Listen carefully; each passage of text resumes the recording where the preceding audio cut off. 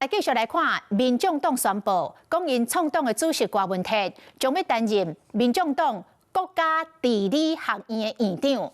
这等于是掌握着人才管理的主导权，嘛会当重新来参加着党务的重要会议。另外，郭文泰今仔日有讲到，讲续落来，甲国民党都是采取着拿白分的分工合作的模式。记者甲问讲，敢会到时阵分工变做分手咧？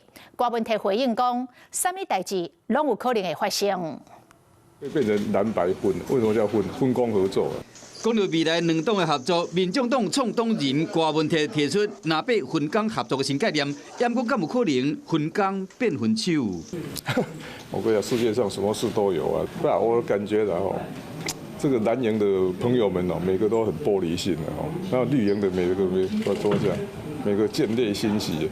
进前和国民党议员批评讲，是南北合作上大的阻碍，也过郭文泰敢若无啥要紧，将党务放伫头一位，因为民众党宣布讲，郭文泰将接掌党内国家地理学院的院长来看这个官网。学院的课程包括选务甲候选人的训练等等，以培养党务、选务、政务人才。即马郭文泰接院长，除了会当重新列席党务的重要会议，管理人才培训，嘛等是掌握主导权。有人讲安尼是权力定洗牌。从一个怎么招募党员，怎么训练党员哈，然后怎么训练成为公职，这是我很想做的事情嘛。所以黄国昌在跟我讲的时候，我说这不错，那我可以去接，就这样，不要想太多。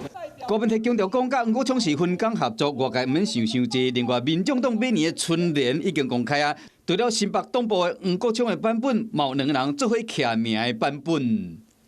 你喜欢什么就用哪一个，我就怕这个比较这个谁的拿得多，谁拿得少。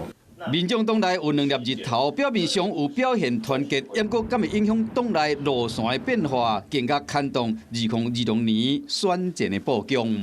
Hello， 我是林仙怡。想要抢先掌握最及时的新闻资讯吗？赶快订阅、按赞、开启小铃铛，锁定华视新闻 YouTube 频道。